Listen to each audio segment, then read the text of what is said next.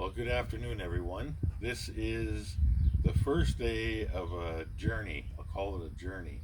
I was supposed to start last week, but the weather kind of got in the way, and I thought that I still have 2 weeks left, so I'm beginning this today. And this first stop was at my daughter's house, and we're doing this on her front porch on the eighth concession.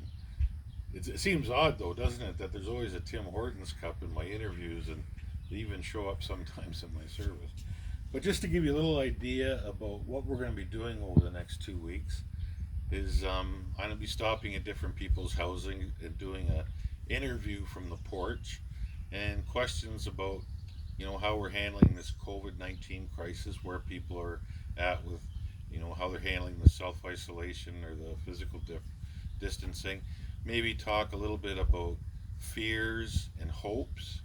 Um, what are we afraid of, or what's bothering us about all this, but also sharing what hopes for transformation as we live through this pandemic.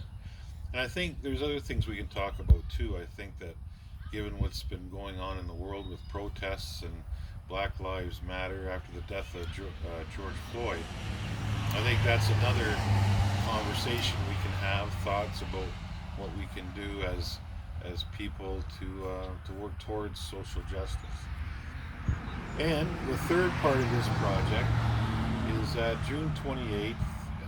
We're going to have quite a service prepared for everybody. This service is going to be spread out over a good part of southern, western, and eastern Ontario.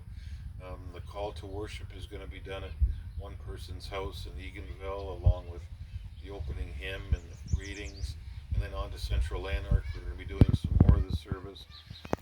Coming back to Waterford, there'll be bits more added to it, Renton, and then we're going to finish off on the shores of Lake Erie at Lisa and Scott Mars, where we'll be celebrating the sacrament of communion. So I really look forward to this project of, I guess we could call unity, of letting people that we are never alone as individuals or even as communities of faith. That a lot of communities of faith are struggling right now, but we're part of a lot bigger group. We're part of a lot bigger picture, and hopefully this service kind of drives that home. So anyway, the bike's all ready to go. It'll be on the road early tomorrow morning, and I look forward to seeing many of you along this journey. And there's no plan, so just expect a phone call. I have no idea.